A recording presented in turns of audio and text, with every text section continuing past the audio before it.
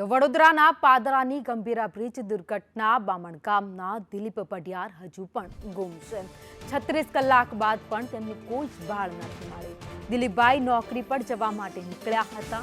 3 વર્ષની બાળકી પિતાની રાહ જોઈ રહી છે। એને ક્યાં ખબર હતી? એના પિતા તો નોકરીએ જવા માટે નીકળ્યા હતા।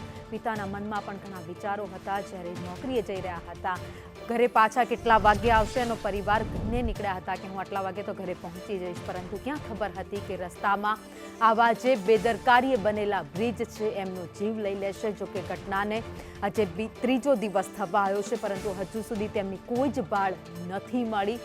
તેમના પરિવારમાં તેમની પત્ની છે, તેમના માતા પિતા છે અને 3 વર્ષની બાળકી છે જે આજે પણ તેના પિતાની રાહ જોઈ રહી છે। બામણ ગામના વતની દિલીપભાઈ પઢિયાર 36 કલાક બાદ પણ તેમના મૃતદેહની હજી સુધી કોઈ જ બાળ નથી મળી। અનેક વાહનો હતા જ્યાં બ્રિજ ઉપરથી જઈ રહ્યા હતા, તે દરમિયાન જ આ બ્રિજ અચાનક જ ધરાશાયી થયો અને બધા જ લોકો નદીમાં ખાબક્યા।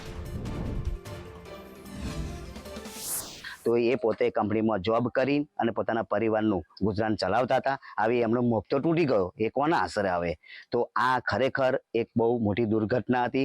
સરકારના કારણે આજે જુઓ તમે વિચાર કરો, 2021, 22 અને 23ની અંદર ઘણા બધા મીડિયાઓએ પણ સરકારને ઉજાગર કરવા માટે એમને પોતે રોડ રસ્તા બતાવ્યા। ઘણીવાર ખરેખર કોકની બહેન એમના ભાઈની રાહ જોઈને બેઠી છે સાહેબ, અને કોકનો દીકરો એમના મારો બાપ ક્યારે આવશે। આજે એક નાની ચીકડી છોકરી છે સાહેબ, હજુ 3 વર્ષની છોકરી એક પપ્પાની રાહ જોઈને બેઠી છે, અને આજે 24 થી 30 કલાક થઈ ગયા એમને સાહેબ। આ લોકો કેમનું ખવડાવે છે કે પપ્પા આવા છે બેટા, આવા છે બેટા? ખરેખર એમના એ દીકરીને પપ્પાની આમ મૃતદેહ મળી જાય ને સાહેબ, તો અમને એમને જણાવ